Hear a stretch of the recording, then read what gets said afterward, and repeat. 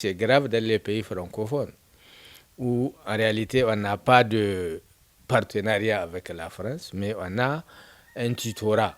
Parce que la France estime que nous sommes précarés et nous n'avons pas le droit de décider de nous-mêmes. Et effectivement, cette nouvelle ou cette phase de coup d'État pose ce débat-là de la souveraineté de nos pays. Et évidemment, ajouté à l'insécurité et à la mauvaise gouvernance, et le problème ne s'arrête pas ici au Niger. Ça va se poursuivre, évidemment, parce que la question de souveraineté est cruciale, surtout dans les pays francophones, qui sont sous tutorat ou sous tutelle de la France. Et la France n'est pas prête à les lâcher. Et c'est ça qui fait qu'elle s'agite s'agissant de notre pays, parce qu'elle estime que c'est le dernier rempart. Si elle le perd, elle a perdu tout. Deuxième aspect de ces coups d'État-là, c'est la défaillance, d'abord, à ce qui nous concerne, de la CEDEAO et de l'Union africaine, qui ont failli totalement, parce que les deux organisations, l'autre sous-régionale et l'autre continentale, ont pris des textes pour ne pas accepter des changements anticonstitutionnels.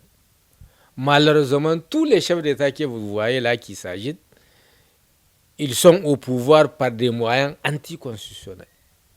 Mais le problème qu'on a, c'est qu'ils sont devenus des vulgaires syndicats. C'est quand il y a un changement anticonstitutionnel par coup d'État. C'est à ce moment qu'ils se réveillent. Parce qu'ils savent tous, prenons la CEDEAO. Il y a un seul président qui est élu véritablement démocratique. C'est le président de Cap-Vert. En dehors du président de Cap-Vert, dis-moi qui a été élu de façon démocratique. Tous, ils se sont maintenus au pouvoir, ils se sont élus par des voies anticonstitutionnelles, parce qu'ils ont tripatouillé la Constitution, et ça, c'est un changement anticonstitutionnel.